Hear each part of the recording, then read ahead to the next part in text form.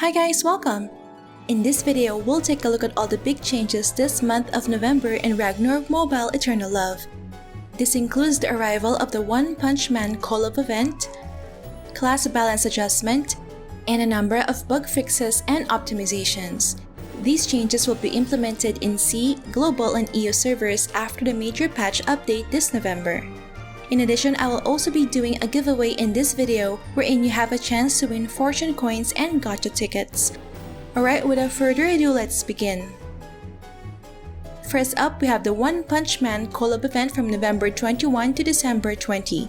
Players will be able to unlock the new Saitama and Genos hero classes from the event Gashapon and Recharge event. We've already talked about these new call-up classes in my previous videos. If you haven't watched those yet, the links are in the description box below. Up next, we have another round of class balance adjustment which will definitely affect the 12th season of the 6 vs 6 team competition and the 2nd season of the revamped GVG. Some of these adjustments will require crafting of new cards that do not give any handbook reward. For blacksmiths, there's a new set of buffs to the photon cannon build. First is that the second line of the ballistic modification rune will now include photon cannon being able to ignore up to 30% of the wind damage reduction of the target.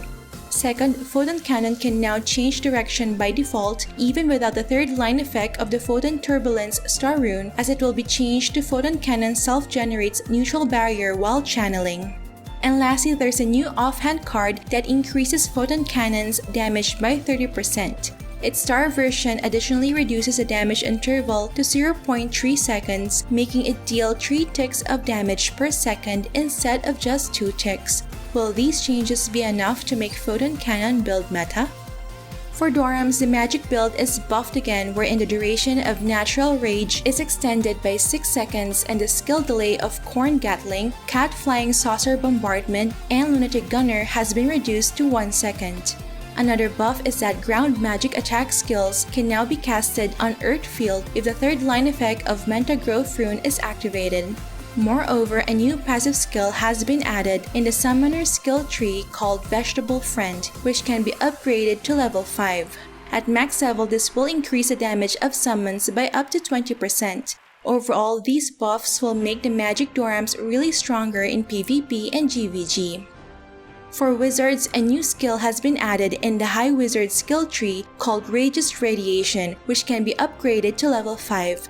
At max level, this buff will increase the attack and casting range by 25% and range magic damage by 25% for 60 seconds. I guess this will further improve the effectiveness of Arcane Masters in large-scale PvP and GVG.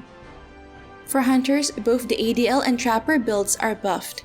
For ADL build, the new offhand card will boost your auto-attack damage to the target by 6% for 5 seconds every time the beast attacks, stacking up to 10 times. And its star version additionally lowers the target's damage reduction by 6% for 5 seconds every time the beast attacks, stacking up to 10 times. Thus, this will be really useful in long fights. As for the Trapper build, the new offhand card will add 20% attack skill multiplier to Electric Shock and Comet Trap, and its star version will grant a new skill called Cluster Blast, which will detonate all traps within the specified area, enjoying the damage bonus from Detonator.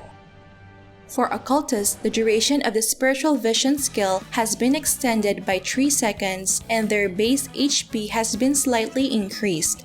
There's also a new headwear card that removes the usage condition of Esma if Spiritual Vision is active, and its star version additionally reduces the cooldown of Esma by 1.5 seconds. With these changes, the DPS build for Soulbinder will definitely shine brighter. For Priest, the Battle Priest build has been buffed, wherein the first line effect of Dark Rival Rune has been changed from converting the target's armor to Dark Element to treating all enemy targets' armor as Dark Element when doing auto-attacks, which is somewhat similar to Soulbinder's Spiritual Vision. Saints will still be able to convert enemies' armor to Dark Element due to the additional effect of Exhort. It has a fixed 10% chance of converting to dark when doing auto attacks or using Holy Element skills, so this is also a buff to Magnus, Jude, and Adoramus build. Moreover, there's a new card that increases Duple Light's damage by 30% and its star version will additionally make duple light crit. Lastly, the slow poison skill's 1 second fixed cast time is changed to variable cast time, making it easier to instacast. I think this is also an indirect nerf to Blade Souls.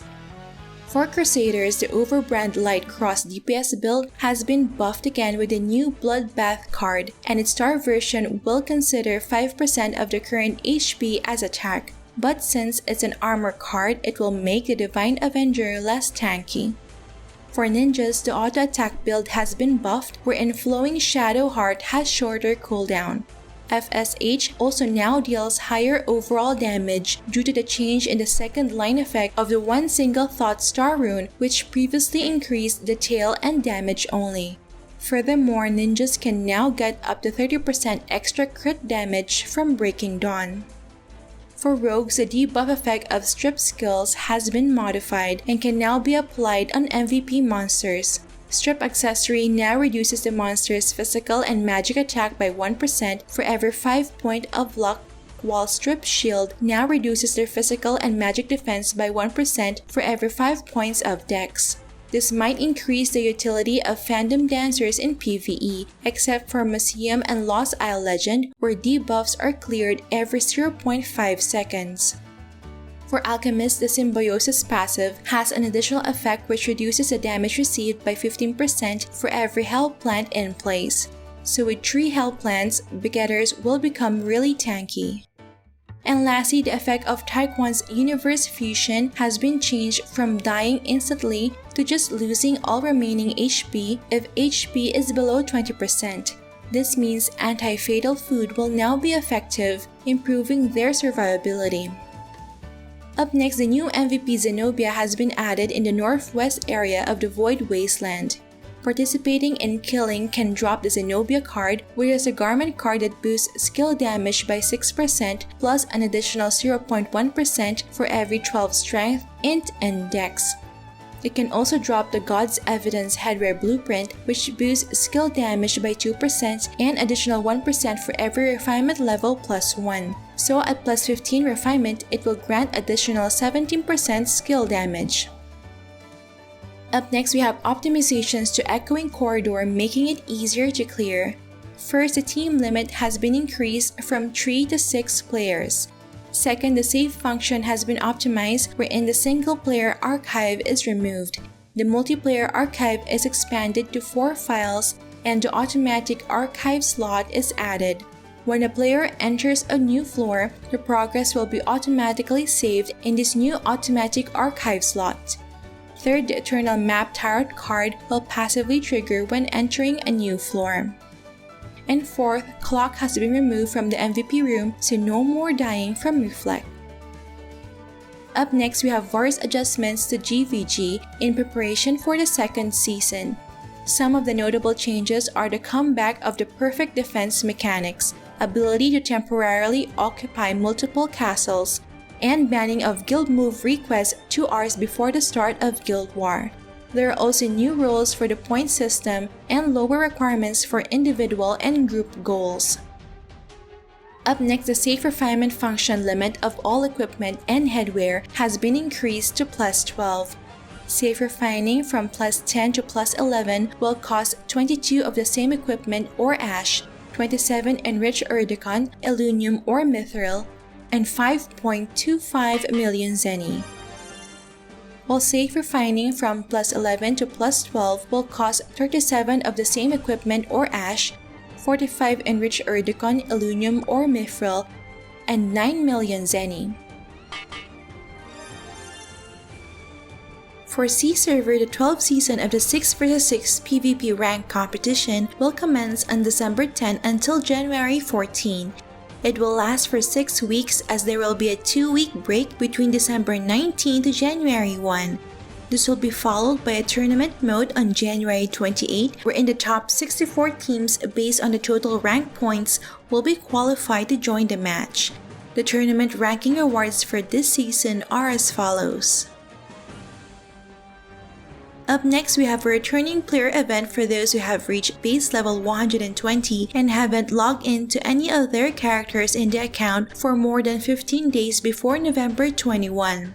For players who have participated in the previous returning player event but haven't completed it yet, you can still participate if you have not logged in for more than 30 days before November 21. The mechanics and rewards are just similar with the previous returning player event, and the deadline is on December 21. Up next, we have various quality of life adjustments and optimizations. First, the equipment development interface has been optimized, wherein a shortcut button is added which you can tap quickly to jump to the specified development function. Second, the structure of inventory and warehouse slots has been optimized. Items like cards, blueprints, and crafting materials will no longer occupy inventory and warehouse slots, freeing up more storage space. Third, the one-tap sell function now has an auto-sale option. When the box is ticked, the system will automatically sell all white equipment obtained at the same price. Fourth, there are also adjustments to the combat mechanics of Field MVP Soul Player and Dreamy Kate Sid. And lastly, using the field teleporters will now have a short cooldown before you can teleport to another location or use any skill, similar to the performance after using a Flywing. This will not affect teleporters inside cities and Cloud Sea Archipelago. Lastly, we have a few recharge-related updates. First, fortune coins can now be quickly purchased using BCC whenever you do not have enough after clearing the dungeon. Second, the episode version collectible cards will now be sold at 50 BCC each with no purchase limit. And lastly, gacha machines now support 10 times draw using free vouchers. So those are all the changes coming in the November 2022 patch update for RO 2.0. You can check the links below for the full text patch notes and the download link to the game client. Alright, that's it for this video guys. Don't forget to like if you enjoyed watching this guide. If you're new here, I would love you to consider subscribing by hitting the subscribe button down below. I would love to have you back. Thank you for watching and see you in our next episode.